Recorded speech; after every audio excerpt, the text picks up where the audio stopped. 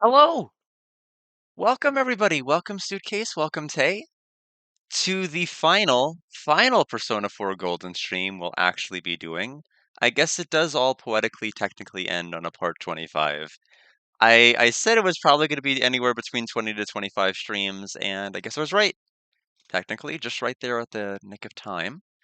So, tomorrow, Brothership, Mario and Luigi, Mario and Luigi Brothership, my big brothership. And then Thursday, we will be playing the Hamtaro Ham Hams Unite, and then after we finish that game, it'll be Dragon Quest Monsters, which I have the physical cart right here, still in a little plastic baggie. So I'll be playing that sometime afterward. I don't know how long Hamtaro Ham Hams Unite is going to be. I think it's probably going to be maybe 2 streams at most. I could be wrong though. It seems to vary if I'm trying to do everything or 100%, so I'm not really sure where we're going to land on that. Anyway, I'll be playing on Thanksgiving. Well, yes, because the way that it works at our house is we tend to actually have Thanksgiving dinner as a Thanksgiving lunch. Because one of my family members, my brother, has to attend his girlfriend, excuse me, his fiance's family's dinner. And so he's gonna he's gonna come to our house, have a little bit of food, go to their house and have a little bit more food. And so, yes, and honestly, the rest of us don't mind having it earlier either. But yes, I'll be playing on Thanksgiving, just because, I mean, because my day's off on Friday anyway, and I'm going to be able to have my entire meal time and meeting everybody at lunch. So it all works out. So I'm not going to be slighting anybody. It's probably going to be a harder day to attend because initially when I said Hamtaro being on Thursday, I kind of forgot it was Thanksgiving. So I don't know what the attendance is going to be like, but either way, that's the plan at least for right now. Um, so Persona 4, we started that about 40 something days ago. It's a very, very long one. Looks like the exact start date was about October 19th, in fact, was our first day. So, we didn't do too bad. I was thinking it was gonna be about a month and a half to 2 months. Oh, you're gonna be in Jersey. Oh, no problem. Yeah, the VOD along with everything else should be up. In fact, everything from yesterday should be on my YouTube channel now. I was actually diligent and put everything in that day. So, Persona 4, I originally played in 2010. It was definitely one of the longest RPGs I've ever played innately. Like, even if I wasn't trying to mess around with all of the side content and everything else, it was still an abnormally long RPG. And I think the biggest thing that grabbed me about it when I originally played, and it still grabs me today, is the cast. I think the cast is probably the strongest part of Persona 4.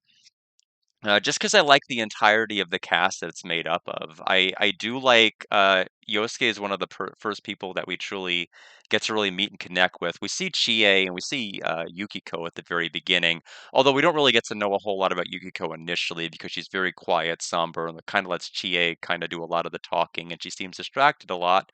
But Yosuke's got an interesting personality because he's kind of a jerk, but he's a double-edged jerk. He can be a jerk in a helpful way or a jerk in a not helpful way. He knows exactly how to push the right buttons to get people kind of riled up, like, he'll especially if he goes inside and sees what's happening inside the Midnight Channel and sees what kind of, what their inner fears are, he'll just kinda rip on them about that.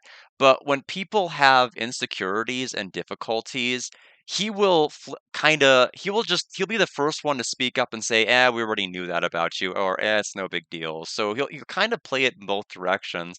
Plus, I like his design, I like the way he taps in battle, so I think he's a very good character. But he's a bit of a jerk, and we do have a lot of silly moments with him, even more so in Golden. I didn't like really the biggest problem. I can't organize my thoughts. Like everything's wanting to come out at once, and I'm trying to figure out how to really how to really kind of organize this, and I'm having a bit of a difficult time doing it. Um, but Yosuke, I thought was probably one of the one of the initial characters I think I really kind of enjoyed while playing it.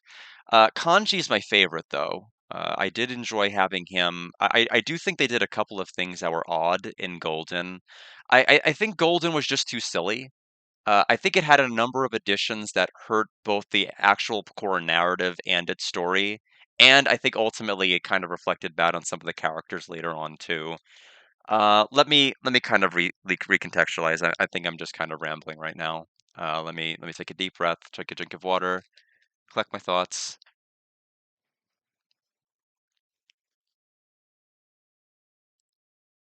I think,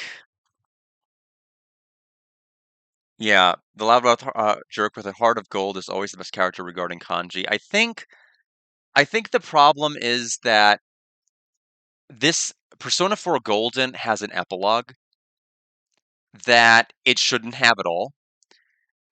Persona 4 ends after you do the true ending with the protagonist going on the train and things kind of being uncertain as to where Inaba's going to end up, what humanity's going to be like, how our friends' lives are going to change since we impacted them. And then all of a sudden Golden comes along, it's like, "Here's how." And and after it has the nice little, like, photo ending that they do, it just plays an epilogue afterward that's and, like, we leave, and then I guess we just come back, like, a year or more later, and we meet up with everybody, and we get to see everybody's updated sprites and pictures, we get to see everybody's new outfit, new look, new everything, and I didn't like that at all. I think it took an ending that was perfectly, succinct. It ended in a perfect way because you're supposed to wonder, like, what humanity and everything else is supposed to turn out to, how your friends are going to turn out. Saki's dead. Saki's not alive anymore. Did you meet somebody else? But like we learn about everybody. We even learn about oh, what is it? Dojima's found a little bit more information about who's responsible for his wife's death, and we learn a little bit more about Adachi, and you learn a little bit more about everybody. Oh, Sana Girl, Rise, yeah, Rise's back. Like everybody's back because, like, even though like some of them were supposed to like start touring and going other places, I guess they're all back now because we need to have a big old epilogue. And it's I don't know. I feel like the biggest problem with the game's story is it didn't need to add anything relating to Marie. In fact, the whole Marie being a fragment of Izanagi, I basically meant that her existence was entirely pointless. Because basically she was just like, I'm gonna suck up all the fog. Like all of the fog that that is been like relocated back into the TV world only. That may come back if mankind wills it. She's just like, well, I'm trying to contain it, but it might all explode out. Uh-oh, big problems. And that wasn't needed in Persona 4 because if you pursued the true ending, you basically stopped that cycle. And it was truly up to humanity to wish what they wanted for themselves. And I think it was a problem to add the Marie context because number one, that added semester added nothing. The additional semester was a huge problem because it was just a dead zone, because every other time you were working towards something, that entire semester after the, Christmas and New Year, we had nothing going on, we had no idea what it was building up to, and then we went into the ski lodge, and that like, none of that made any sense. Like, we went to the ski lodge and the whole TV plot happened where we went to rescue Marie, but they're like, "Oh, the TV shouldn't be turning on and nothing should be happening because we closed that case already." You're telling me that nobody in the 40 days since December and Christmas tried touching the TV once to see if it was truly over?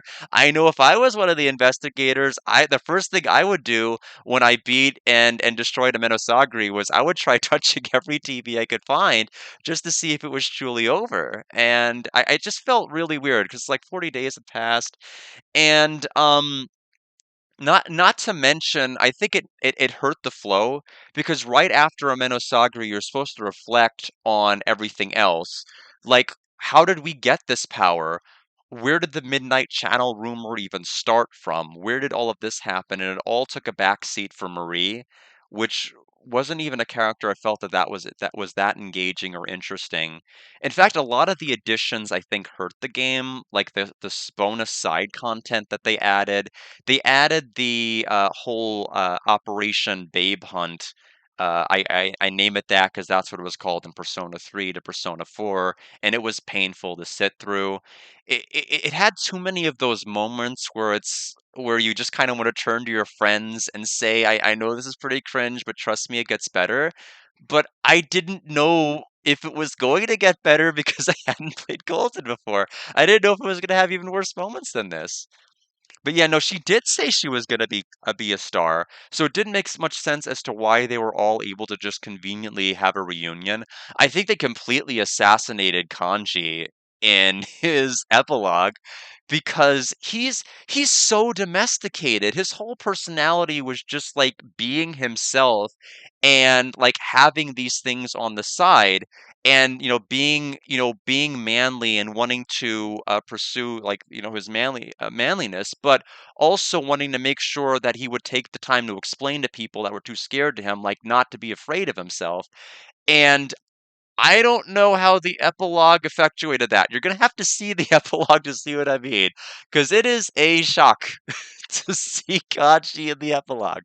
But anyway, I I think, I mean, Persona 4 Golden has good additions from Persona 4 Regular. It has an updated shuffle time mechanic. Shuffle time in Persona 4, and for any of the Personas, for those who don't know, is a post battle screen bonus that dictates what kind of rewards you get. It could be EXP, it could be health or SP increases, it could be a persona, it could be a permanent stat up, it could be items. Acquisitions or other things like that, but they revamped it compared to the original, and that was so much better. They gave characters through their social links access to so many more moves than they originally had, so your character's more useful in battle. They made it easier to have more viable personas because of all the stat ups you gave. So I'm not saying they didn't have good quality of life things. Even the movie theater lets you buff all of your characters to whatever stats you wanted. You should be worried about Kanji. I just don't think it works. I don't think it works for his personality. Um, but I do think that Persona 4 Regular, as we can all see here, is the definitive version to play the game.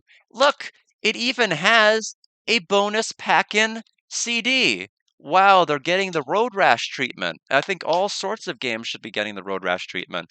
But it was, I think it was a complete story that gave you a true ending that that made it left it kind of wide open and ambiguous without being bloated with too much content to kind of overwhelm the player. And I think Golden's content, I mean, it had like what? It had the additional fireworks festival with some, back and forth dialogue. It had Kanji in like a speedo, and then he had like his clothes being lost. We had Hanako sit on Yosuke's motorcycle. We had a bunch of stuff that I didn't think we needed. The epilogue is golden only. Persona 4 wisely chose to not give the game an epilogue.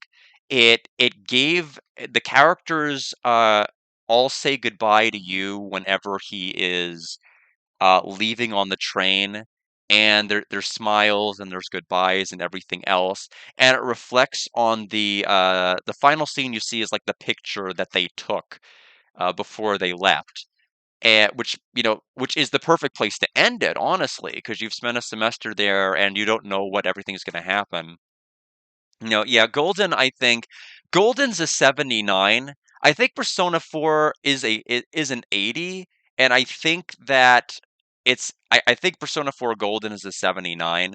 I mean, because honestly, the gameplay elements as far as combat are just so much better. It's just that everything else just kind of suffers as a result.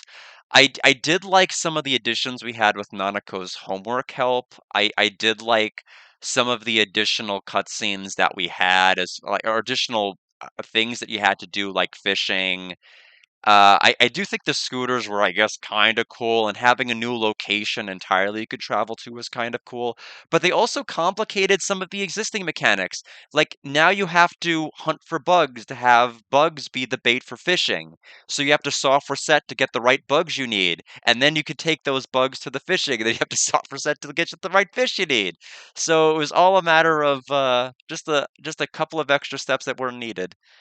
Um, but I love the characters. I love Rise's personality, although it did make her a little bit one note in a lot of cutscenes, which I do think is unfortunate. She was good in the main game cutscenes. It's just that she became a little bit too predictable in some of the other cutscenes we had with everybody else.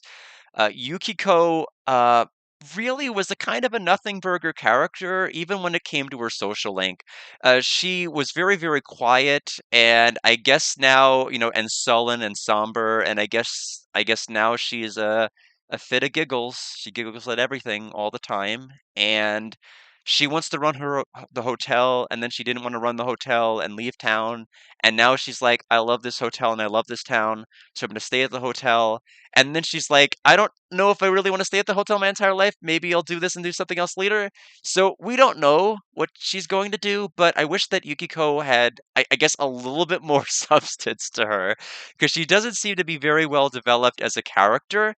Um, Naoto is a Naoto is really good. I think it's just unfortunate that she came in so late in the story because well, I mean, she didn't come in super late, but actually being relevant to the story, she came in super late because she was after the entire summer vacation arc. She was after the fireworks festival. She was after the regular festival that we had the opportunity to attend. So really, we got to see her a bit after her dungeon and I guess the Christmas and New Year's stuff. And initially, she was also part of the King game, I suppose. Whenever we went to Gekukan High, that was the only other cutscene big moment that she really had leading up to that. I like her as a character. I think she's sufficiently odd. I think she's very good. She's had a lot of good cutscenes. I do think that she's a very well-developed character. I do like her plot line, and I do think it has an effective resolution. I do think it sucks that Japan is so rooted in tradition that it basically made her feel that she couldn't cut it as a female detective being short and all of these other complexes. I sympathized with her plight. I do think it had a natural resolution to it. Chie, I don't really know what her big arc was. I think she went through the whole training thing with me, and I guess she didn't get pushed around as much, and she wanted to trust her own strength. I think Kanji had the best development out of all the characters, as we've already seen, and then Teddy basically is he's basically Yosuke Jr. He's basically Yosuke's protege. Yeah, it's about wanting to be girlier, I suppose. And, I mean, she grows out her hair more in the epilogue a little bit. I guess that's to show she's closer to her goal. I don't know. Um, it doesn't. I know that was part of her main issue. Yeah, which is basically sticking to tradition. Yeah. Um, I I kind of would have liked. I didn't like the Dojima aspect of the epilogue being like, "Oh, by the way, no more." I'm a little bit closer now to what's going on with my wife and the killer. I mean, I just don't like. There's just so much explicit validation to like everything that was going on. It just felt it just felt such an unnecessary epilogue. I was really bothered by it. At first, I'm like, am I just not remembering this? Because I'm like, I think I would have remembered Kanji. That's quite a look. But Yosuke, something about Yosuke's hair in the epilogue also bothers me. He looks just so weird with it's like it's not as spikier, especially up here on the top. Yeah, no, Rise, yeah, Rise, I think is definitely very interesting in her interactions and just her personality initially. But I think Naoto became my favorite towards the end, especially just reading the text and everything else, inviting her out. Um, and yeah, it is unfortunate. Like whether or not you social link her or not, Rise basically is still gonna say that she loves you, and it's still gonna be implicit that the game tries to pair you up with her. Um, kind of a spoiler alert, but there was a penalty for Valentine's Day for having multiple romances. That was unavoidable. So you're going to be hit by that pretty quickly because it happens towards the beginning. We kind of deserve it. I really wish the guide had been more clearly written to have let you know like what you could have done for one day versus the other. Because they gave you so much free time at the end, you could basically just take everybody to the movies like 20 billion times if you wanted to. And I obviously could have gone back in at the end and fixed all of that. But knowing what I know now, I probably would have stuck with Naoto rather than Rise uh, as far as pursuing the rank 10. But uh, Naoto's hurt. Yeah, Naoto's like was pretty gut wrenching. I felt horrible about Naoto's after experiencing that. I do like this game's story. I just wish it didn't take so long to tell it. I wish it didn't take so long to thematically tell what was going on with the town and how enraptured they were becoming by media, rumors, and everything else. I felt like it was kind of a really slow descent, and I think at the initially that worked very well.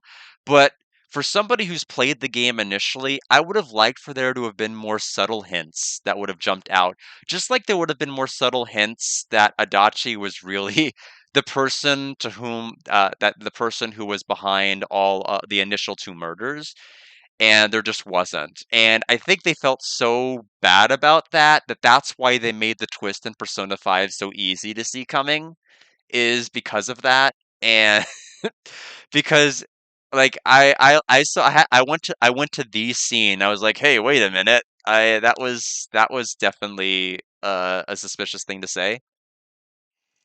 Yeah, I don't it wasn't needed. It wasn't needed because Adachi's basically the foil to you. He's the other path that humanity could have potentially taken. You the Persona 4 protagonist, is striving to uncover the truth no matter what. Adachi is content to have thinks reality sucks. Everybody should be free to do and feel whatever they like. But if doing and feeling whatever they like means being with somebody that's not me, oh no, into the TV you go. So the whole incel angle felt completely unnecessary. I think he should have just killed them because he was bored and like was just for the hell of it. I don't think he needed the incel angle at all. I think it's like I just feel it has to be. I just think at that point it's just a Japanese trope. It's like what can we do at this point to make him like a major scumbag? We don't want them to root too hard for the bad guys. So what do we do? Okay, we'll just make him an incel, I guess. I don't know. Um, I do think it basically is Brain Scratch from Cowboy Bebop. I've alluded to this in previous streams, but if you've watched Brain Scratch, you basically get the overall plot line and you understand how you're letting all the junk flow in, as the Persona 4 opening would say, and you've kind of abandoned your pursuit of truth for basically just feeling more comfortable with because it's nobody's really facing themselves if they're just kind of retreating and just like nobody's able to see the real them. So it's not, even if they're more comfortable being themselves because nobody else can tell, it's not really a true confrontation. And so that's why the world being overrun by shadows would have been a like nobody would have been able to really stop it because nobody could have really been able to face themselves. I don't know if the twist at the very, very end about who gave you the power bothers anyone, but I wasn't bothered by it when I first played it. but I could see how somebody who sat through the Marie twist and the Marie everything else could just see this as, "Oh my gosh, how many final bosses are we going to have in this game?" But I thought it was kind of clever-ish at the very, very end. I forgot that there was an entire additional dungeon associated with the, true ending. So I had to really breeze through that. That was part of the reason why I was late for planes, trains, and automobiles, and why I wasn't able to give my final thoughts for the game was largely because of that. Um, but overall, great vegetables, I think. It's a good story. I think it could have been a little bit more clear, to have a little bit more hints sprinkled out for people on New Game Plus, especially, regarding Adachi, because they hide the twist, I would say, fairly well. For somebody who blurts his mouth as often as he does, I'm surprised. I'm surprised there weren't more lines that stood out. Even the, "Well, I guess that settles it then" line doesn't really stand out. It really doesn't. Like the line Naoto was like, "Aha." I was like, "Uh-huh." Okay, because I didn't it didn't really stand out to me initially either. But in Persona 5, the line will stand out. Like it definitely stands out. It's basically a meme in the Persona 5 community at this point. So I won't spoil what it is because who knows, I might be playing it in 2025. The good news is if I am redeemed that for whatever reason in 2025, I can just New Game Plus that, keep all my stats. So grinding things is going to be way faster. Like way, way faster because I don't need to grind like charisma or charm or courage or knowledge. I'll carry all of that over to New Game Plus. So all I need to do is just basically social link, and that's it. That's basically all I need to do. I'll have all of the requirements to be able to do it. But overall, I do like Persona 4. Again, the biggest strengths are the cast. I do like the soundtrack of the game. I do think a lot of the overworld themes, when it actually has music, I think Your Affection, Heartbreak, Heartbreak, and I did like The Almighty, which was the track that played whenever we fought Amenosagari. I thought that was a really good track. I used it for whenever I was grinding Asriel. That was the phase 1 music I used. You don't feel too hot about this game, you think it is nothing without its aesthetic. I understand you are trying to get something out of it. You think it's nothing without its aesthetics? When you say aesthetics, do you mean like what specifically about it? I guess I'm having a little bit more difficulty. You mean just like its visual appear, like its flashy action and just its overall look? Because I agree that the yeah. No, I mean, that's really the main thing. I mean, those are really the main strengths. I happen to like it for the combat, however little you see of it in the game. I do think that the combat really works. I think it has a very fleshed out and good combat system. It's quick, it's efficient. The persona system makes a lot of you have to carry like 12 of them and you could just tear through a lot of stuff. There are glimmers of interestingness. Yeah, let me see. It makes you think about something like Nadia, and the end, the story's just kind of goofy and lightweight and dumb, and found in archetypes and doesn't really do cool things with its characters. Yeah, I feel like I, I'm I feel like you're kind of right. I'm trying to say I don't know how I think I'm trying to retort, but on the one hand I do think you're right. But on the other hand, I don't know. I just think something about this. I mean, I don't know if I could have gone through the entire game and played it to the end if I wasn't as attached to the characters and the world as I was. I do think I agree with you. There was glimmers of interestingness. Yeah, yeah. I mean, I think it's especially the golden moments. Like so many of the trope moments, like the hot springs, everybody, getting thunderbolted and the sitting on the motorcycle, like that all happened in Golden. Those are all Golden exclusive events that Atlas and their infinite wisdom decided need to be in this game. because we needed more silliness to balance, I guess, the serious tone of our game, I guess. But um yeah, well, I think the thing is now to research Kojima looks cool and has a great voice actor, and you're constantly thinking, "Oh, would this be good? Will this be interesting?" Yeah.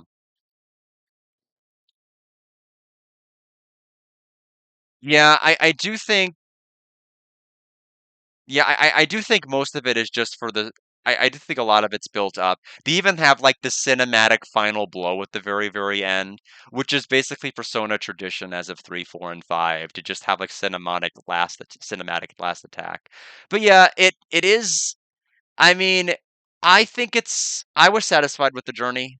I agree, like RPG stories, it's hard to really find a story that just grabs you from start to finish. I think the characters are very good, but I agree with you. A lot more needed to be done. And I think there needed to be like some kind of a compromise. I don't like a full day simulator, and I don't like the game's cutscenes either, because what the game decides is a good idea to do with all the characters is like tell spooky ghost stories or go to the beach or do all of this other stuff. But yeah, but I definitely the characters and the personalities they all stand out, which I think is good because there's a lot of characters and a lot of RPGs that are so forgettable. Like you're not going to remember them a year from now, 2 years from now. Like I like what were their names? What did they do? What was important about them?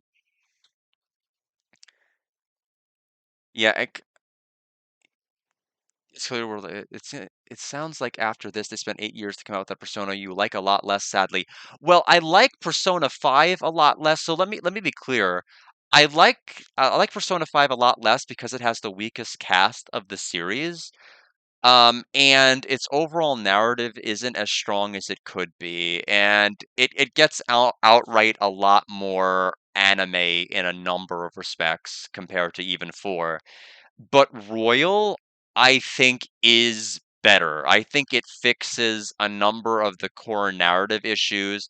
I think it has a more down to earth, type of connective message that I think a lot more of us can kind of relate to in its bonus content than this.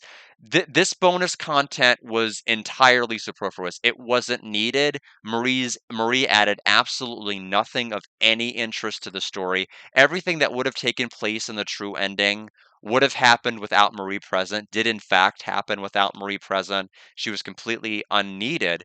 Royal, I will defend. Royal is a good game. 5 is not a good game. It does have a Marie, but it also changes its core narrative towards the end. It initially it's all about like, freedom and not being shackled by society. And then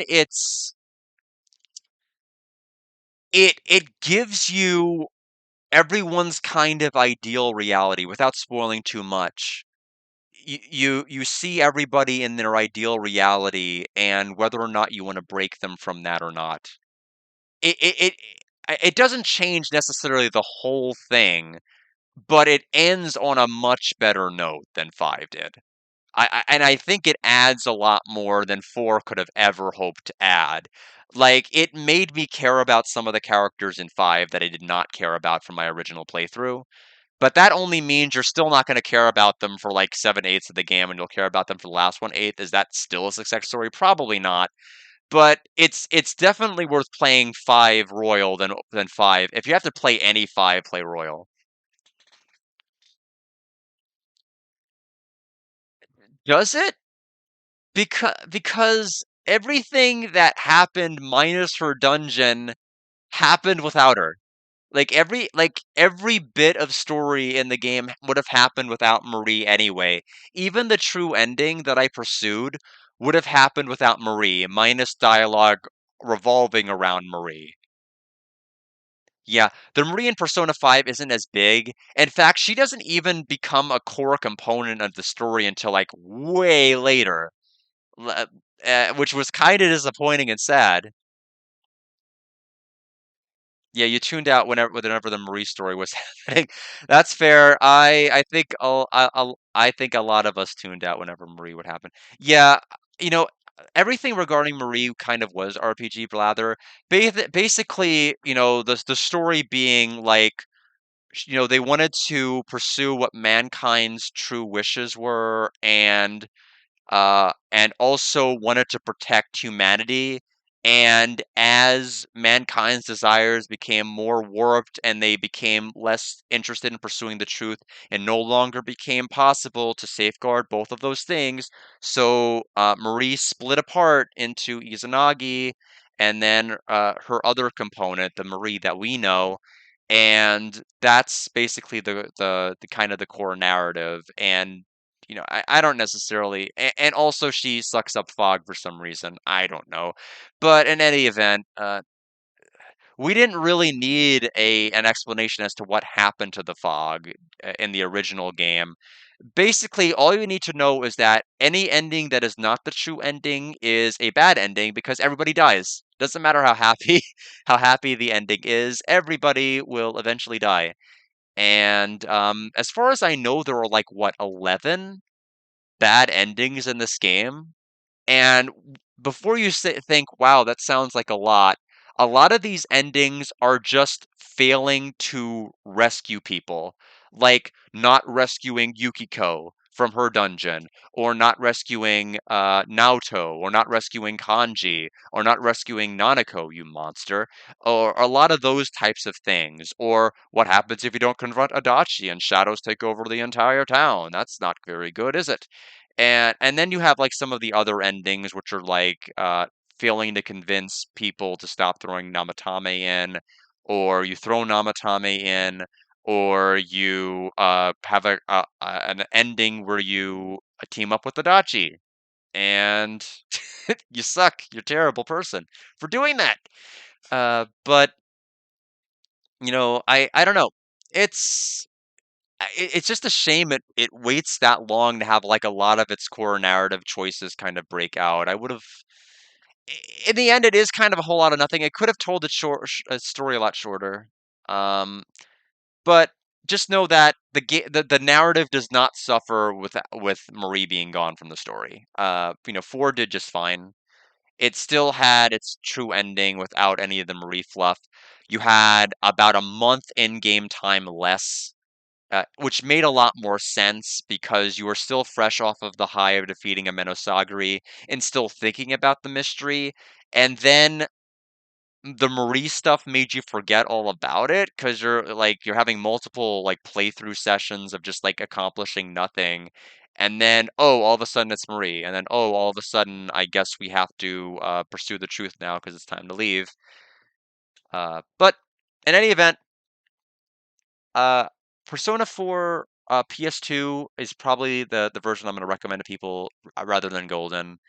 There just aren't enough new additions and coats of paint to make it like the version I would recommend. I think it just takes too long to play it in general, and Golden is just going to increase your playtime hours by at least 10 to 12 more than you would just be doing playing Persona 4 original.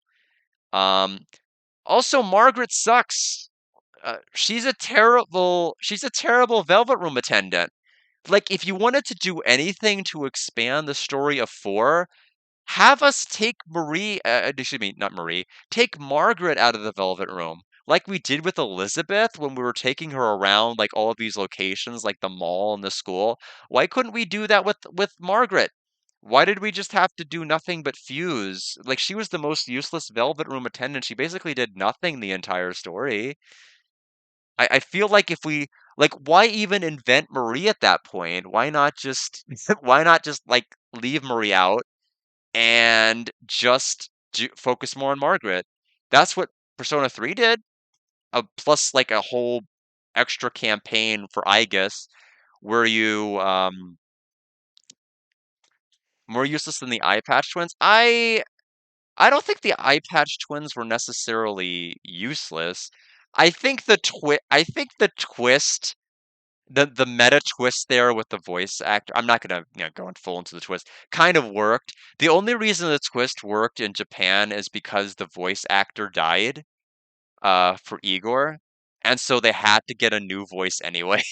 So, the twist made sense, and but yeah, that's as much as I'm gonna say on that. But yeah, I would have liked a little bit more with Margaret, just outside the Velvet Room, because all she did was like flirt with us in the Velvet Room when we kept fusing all these lovely creatures for her. And then she did really nothing else. She reminded us about, she told us about Marie, which I guess was the most that she did the entire story, honestly. And then that was it. Um, I think a lot of the social links were kind of revolved around people collapsing a lot. It's like Yumi's dad was in the hospital. Oh no, Yumi's mom collapsed. Oh no, Kanji, your mom's went to the hospital. Oh no, we're collapsing. And then I don't know, it's just it feels like there's just so much drama that revolves around people going to the hospital or falling down. It just becomes a little bit funny. Uh but yeah, I all in all, 79 out of 100, great vegetables. So, that's all I have to say about that. Tomorrow I'll be playing Hooked on the Brothership, Mario and Luigi Brothership. Probably for about 2.5 hours. I would say probably going to be starting. Actually, let me check my calendar. It may be at 5 Central, or it may be a little later. Where is my phone? I don't know where my phone is. Well, then I can't check. I'm just gonna assume it's gonna be 5 Central tomorrow. That'll be playing Brothership then. If it's a little bit earlier, I'll announce it. But otherwise, I mean, I'm happy I played this. I'm just kind of bummed out that it took like 40 days to do it. Child Risei tomorrow. Yes, I'm looking forward to Sana. That's the reason why it's going to be 2.5 hours. Is I absolutely don't want to step on that. I am enjoying that series immensely. I'm surprised that it hasn't lost its momentum yet. A lot of the because a lot of the shows that I watch set up narratives that they know they're going to be like running 80 plus episodes, so they're not going to solve the problem for like 4 episodes, and it's annoying and irritating. But it solves a lot of its problems right away, and it's amazing to see a series that does that. Yeah. You'll watch Super might be the vet with me. Oh, I'm sorry about Mia. Is she doing okay? Yeah, whenever you think they'll take a breath, a bunch of new shit happens, and that's great. I mean, it's honestly incredible that we're over 10 episodes in, and they're still churning out new plot, which is great. It's still holding up.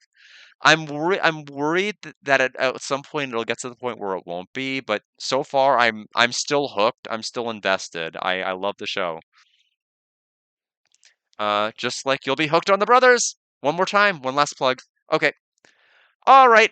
I've got to see. She's had goopy eyes for a few weeks now and seems to be possibly need some more insulin. Oh, I'm sorry to hear that. Yeah, I know that she's diabetic, and I'm wondering if yeah, I don't know. It's I guess it's hard to figure out insulin units and dosages. Hopefully everything can be, titrated correctly to where she's getting the right dosages. But I hope everything works out well with me. Maybe your second favorite anime next to Joe. Whoa. Yeah, I mean, honestly, I don't necessarily fault that opinion at all. I mean, Joe still right now is my number one. But like this anime just has so much momentum that I definitely think it could make number two. That is a very impressive rating. Surprising, but I don't see any reason to initially knee-jerk reject it because everything I've seen so far has been great. But yeah, so good luck with the vet tomorrow, Mia, if you can hear me. I am wishing you well. And that'll be it for my Persona 4 discussion. I'm sorry. It was a little I had my thoughts all organized and then I went out to dinner and I had a happy meal and I came back and I lost like everything. So forgive me. I'm a little bit of a stream of consciousness sometimes.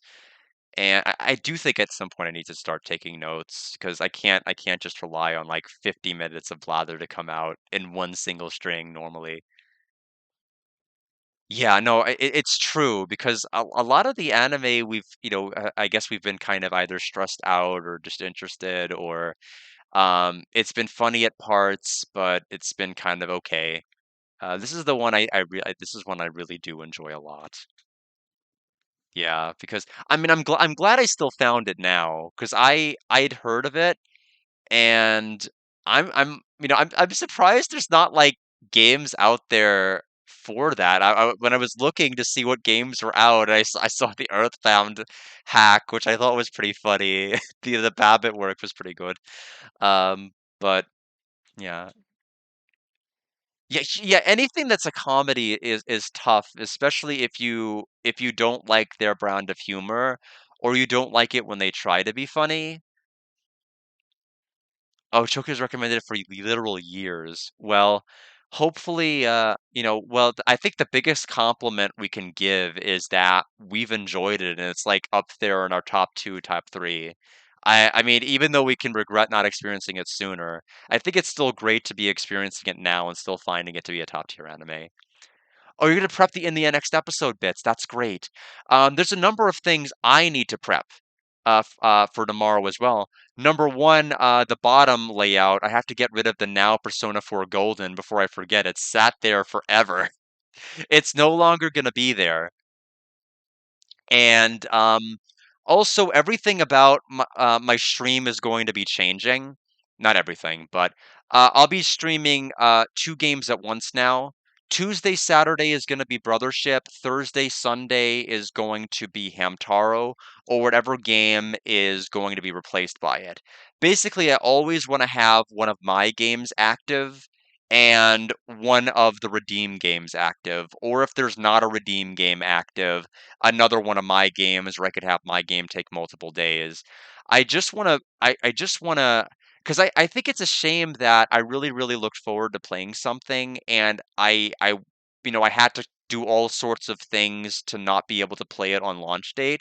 I shouldn't have to necessarily sacrifice my ability to play something or sacrifice somebody else's ability to have their game redeemed. I think I can do both. I feel like I rush games a lot more when I recognize that it means that I can't get to play my own. And I don't wanna put pressure on people to not redeem, and I don't wanna put pressure on myself to play a game faster. So for right now, this is the best, compromise I can think of right now to be able to make everybody happy. It is the true, I guess, golden ending as it would be to make everyone, I think, pleased. Um, it's not perfect, though. Like, if somebody redeems Persona 5 next year, that's 3 months. Because Thursday, Sunday, it's just not gonna happen in a quick fashion. So, I mean, there's gonna be, like, outliers, but I think overall, for because there were some people who didn't wanna watch my stream for over a month because 'cause they've already watched Persona 4 and or they don't care about it, is perfectly fine.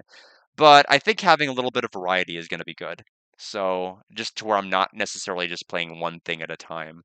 But yes, Hamtaro Thursday and Brothership tomorrow, and I've said goodbye probably as many times as we had final boss fights in Persona 4. Haha, final shot at it.